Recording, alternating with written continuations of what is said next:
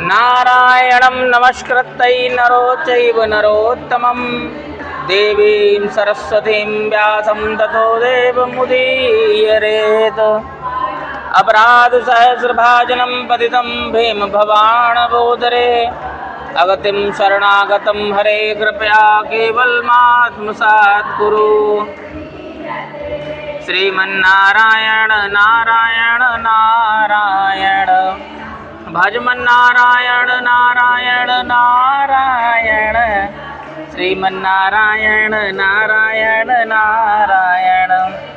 लक्ष्मी नारायण भगवान की जय। वृंदावन बिहारी लाल की जय। एकादशी महारानी की जय। एकादशी महात्मा की जय। आज जो है चैत्र मास शुक्ल पक्ष एकादशी है। उस एकादशी का नाम कामदा है। तो आइए हम लोग कामदा एकादशी व्रत के महात्म का श्रवण करते हैं। कथा जो है कुछ इस प्रकार से है। वशिष्ठ जी कहते हैं कि चैत्र शुक्ल पक्ष में कामदा नामक एकादशी होती है। वह परम पुण्यमयी है। प्राचीन काल की बात है। नागपुर नाम का एक सुंदर नगर था जहाँ सोने के महल बने हुए थे। उस नगर में पुंडरीक आदि महान भयंकर नाग निवास करते थे। पुंडरीक नाम का नाग उन दिनों वहाँ राज्य करता था।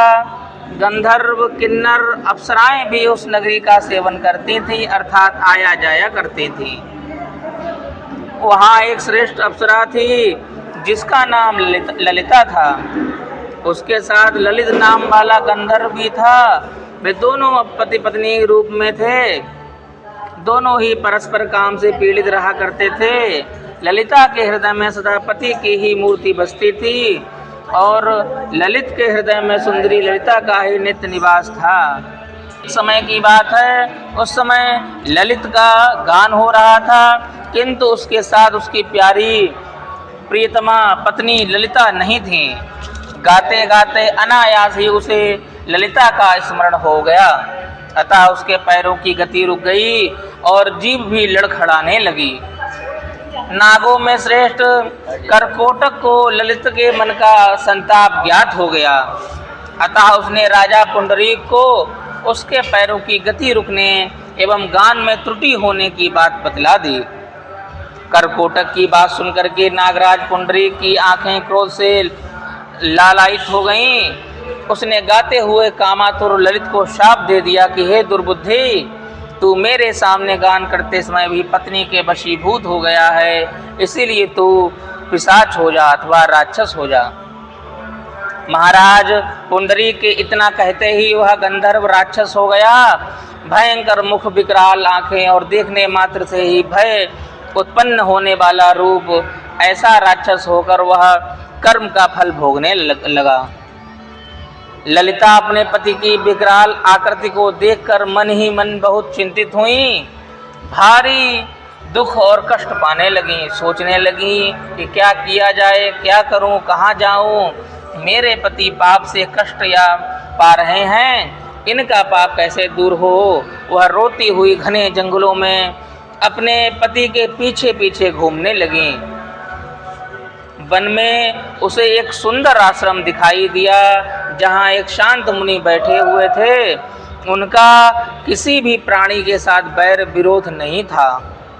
ललिता शीघ्रता के साथ वहाँ गई और मुनि को प्रणाम करके उनके सामने खड़ी हो गई। मुनि बड़े ही दयालु थे। उन दुखिनी को देख करके, उस दुखी ललिता को देख करके वे बोले, हे शुभे, तुम कौन हो, कहाँ से आई हो, मेरे सामने सच सच बतलाओ। तब दुखी ललिता कहने लगी, हे महामुने, वीर धनवा नाम वाले एक गंधर्व हैं। मैं उन्हीं महात्मा की पुत्री हूँ। मेरा नाम ललिता है। मेरे स्वामी अपने पाप दोष के कारण राक्षस प्रवृत्ति में हो गए हैं। उनकी यह अवस्था देख करके मुझे चैन नहीं है। हे ब्राह्मण, इस समय मेरा जो कर्तव्य हो वह मुझे बतलाइए। विप्रवर, जिस पुण्य के द्वारा मेरे पति राक्षस भाव से छुटकारा पा जाएं, उसका उपदेश कीजिए। तब ऋषि कहते हैं कि हे भद्रे, इस समय चैत्र मास के शुक्ल पक्ष की कामदा नामक एकादशी तिथि आने वाली है, जो सभी पापों का हरण करने वाली है और उत्तम है। तुम उसी का विधि पूर्वक व्रत करो और इस व्रत का जो पुण्य हो उसे अपने स्वामी को दे दो। पुण्य देने पर क्षण भर में ही उसके पाप का क्षय हो जाएगा अथवा पाप जो लगा हुआ है वह दूर हो जाएगा। हे राजन, मुनि का यह वचन सुनकर ललिता को बड़ा हर्ष हुआ। उसने एकादशी को उपवास करके द्वादशी के दिन उन ब्रह्म ऋषि के समीप ही भगवान वासुदेव के श्री विग्रह के समक्ष अपने पति के उद्धार के लिए यह वचन कहा। क्या कहा कि हे प्रभु, मैंने जो यह कामदा एकादशी का उपवास व्रत किया है, इसके पुण्य के प्रभाव से मेरे पति का राक्षस भाव दूर हो जाए। वशिष्ठ जी कहते हैं कि ललिता के इतना कहने ही भर मात्र से क्षण भर में ललिता के पति का अथवा ललित का पाप जो है वो दूर हो गया। उसने दिव्य देह धारण कर लिया, राक्षस भाव चला गया, पुनः गंधर्व तत्व की प्राप्ति हुई।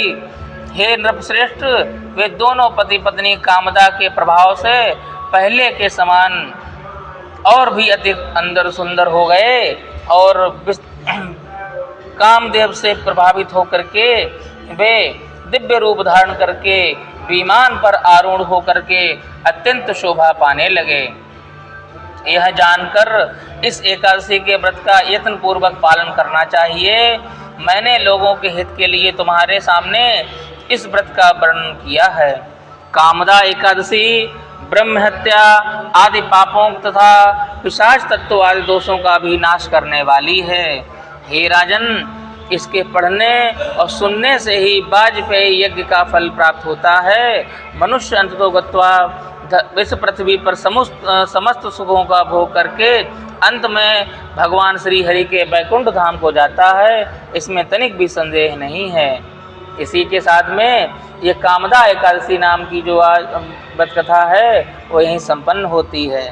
बोलो एकादशी महारानी की जय, एकादशी महात्मा की जय, लक्ष्मी नारायण भगवान की जय, वृंदावन बिहारी लाल की जय।